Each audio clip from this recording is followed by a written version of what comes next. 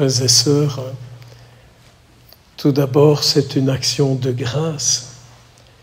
Et je pense que votre présence ici est un grand bonheur pour le Seigneur. Je ne peux m'empêcher de vous redire ce que dit l'auteur de la lettre aux Hébreux. Vous êtes venus vers Dieu. Vous êtes venus vers Dieu, le Dieu de tous. En tout cas, le monde, ceux qui vous connaissent, ceux avec lesquels des relations vous avez, savent que aujourd'hui, vous êtes venus vers Dieu. Le monde le sait, mais Dieu aussi le sait et il le voit. Et le Seigneur voit avec le contenu de votre cœur ce qu'il y a dans votre cœur, à vous, à moi, à nous tous qui sommes ici. Et n'avons-nous pas dans notre cœur le désir que Dieu soit de plus en plus grand et que nos cœurs ne soient pas envahis par plein d'autres choses, nos soucis, nos inquiétudes, nos peurs, nos désirs de réussir, nos besoins de paraître, d'être reconnus et encore combien d'autres choses. Vous êtes venus vers les esprits des justes. C'est vrai. Qu'en chaque Eucharistie, c'est non seulement le Seigneur qui nous invite, qui est là et qui vient nous rencontrer. Mais il y a aussi, comme nous le dirons tout à l'heure dans le credo, tout ce monde invisible d'hommes, de femmes qui sont en communion avec le Seigneur et qui sont là aussi avec nous. N'est-ce pas dire aussi par notre présence au Seigneur, notre vie, bien que nous soyons dans le monde, mais notre vie, ce n'est pas le monde, mais c'est le monde qui est avec toi. N'est-ce pas ça la vie chrétienne? Nous redisons chaque dimanche au Seigneur par la proclamation du credo, ma vie, ce sont mes relations avec ces hommes, ces femmes qui au ciel sont avec toi. Vous êtes venus vers Jésus, le médiateur d'une alliance nouvelle. Notre Seigneur Jésus ne nous dit-il pas « Tous ceux qui s'afficheront pour moi, je m'afficherai pour eux devant les anges de Dieu. »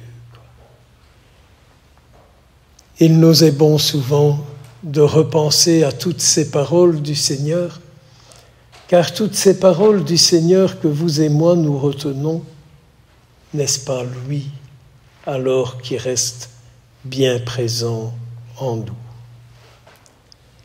Alors on comprend que aujourd'hui, quand on écoute cette parole de ce 22e dimanche ordinaire, notre Seigneur Jésus nous propose de venir réajuster notre cœur, mais de le réajuster selon son cœur à lui. Avons-nous ce désir? Sommes-nous prêts à dire au Seigneur, mais ce que je veux, c'est un cœur comme le tien. Ce que je veux, c'est un cœur comme le tien. Et oui, plus notre cœur sera ajusté au cœur de Dieu, plus Dieu sera présent dans nos communautés religieuses, dans nos familles, dans nos lieux professionnels, et partout où nous passerons, le cœur de Dieu laissera des traces. Croyez-vous cela? Est-ce que vous vous en croyez capable? Pensez-vous que Dieu est assez puissant pour qu'il puisse remplir votre cœur du sien? Alors, accomplis toutes choses dans l'humilité et tu seras bien plus estimé qu'un bienfaiteur. Nos bienfaiteurs sont importants, je ne le nie pas. Mais un bien qui est donné, qui est offert, c'est un moment. Mais en quel but? Pour que l'œuvre de Dieu s'accomplisse. Oui, nous avons besoin de bienfaiteurs, car c'est grâce aux bienfaiteurs que nous pouvons de plus en plus être libres pour être attachés au Seigneur. Un bienfaiteur, c'est celui qui nous enlève des soucis pour pouvoir accomplir l'œuvre de Dieu. Alors on comprend que ce quelques versets de Ben Sirac le sage se terminent en disant « L'idéal du sage, c'est une oreille qui écoute. » Ah ben oui, ah ben oui, ah bien oui. Nous ne sommes pas, comme on dit dans un psaume, « Ils ont des oreilles et n'entendent pas, ont des yeux et ne voient pas. » Non. Celui qui a une oreille qui écoute, il écoute Dieu. Et par l'écoute qu'il a de Dieu, le désir, le besoin, l'attente de Dieu se répand dans le monde. Mes sœurs et mes frères, nous ne devrions avoir aucun autre désir que le désir profond en nous de dépendre d'une seule parole, la parole de Dieu. Et en disant ça au Seigneur, je n'ai qu'un désir, c'est écouter toi, car je sais que plus je t'écoute, plus ma vie sera l'incarnation dans le monde de ta vie. Alors Seigneur, viens me délivrer de ce flot de paroles qui résonnent en moi et qui bien souvent m'abîment et me détruisent. Jésus ne dit-il pas, mais viens, viens, viens. Ne crains pas, je serai toujours avec toi. Je viens pour que tu aies la vie et pour que tu l'aies en abondance. Cette page d'évangile nous parle de la place.